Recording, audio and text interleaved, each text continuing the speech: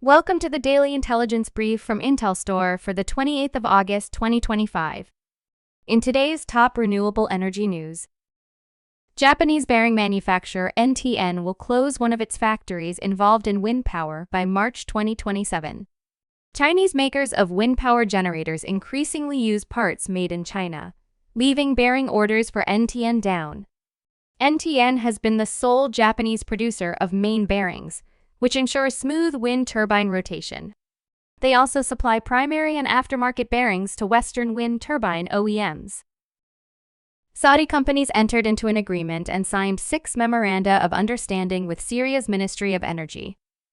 Saudi Arabian developer ACWA Power has entered into an agreement with the Syrian Ministry of Energy to conduct studies and present proposals for solar projects and storage systems.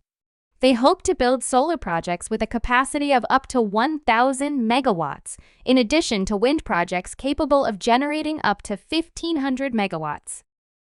Municipalities in Latvia may be given the right to reject wind power projects if the capacity of projects already implemented in their territory reaches 150 megawatts.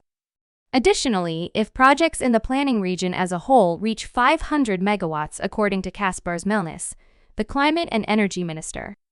The National Energy Strategy up to 2030 aims to reach an electricity price of 6.5 cents per kilowatt-hour. While many wind projects are currently being discussed, historical experience shows that most will never be developed.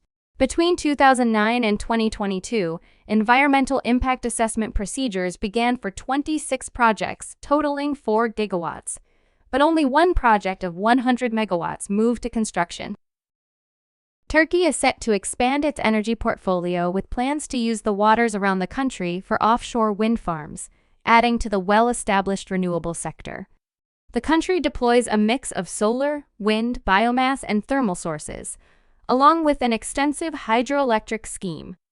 Ankara last October unveiled its medium-term energy program, which called for investments of $80 billion in order to quadruple renewables output to 120 gigawatts by 2035. Japan's government wants to re-auction 3 offshore wind sites abandoned by Mitsubishi-led groups as soon as possible, pending consent from local communities. Mitsubishi Corp said on Wednesday it will drop plans to build the wind farms in Chiba and Akita prefectures due to soaring costs.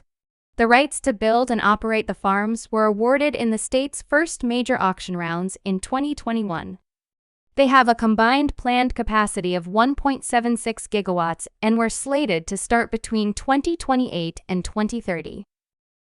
You can learn more about all of IntelStor's market and sales intelligence offerings at www.intelstor.com and subscribe to our channel today.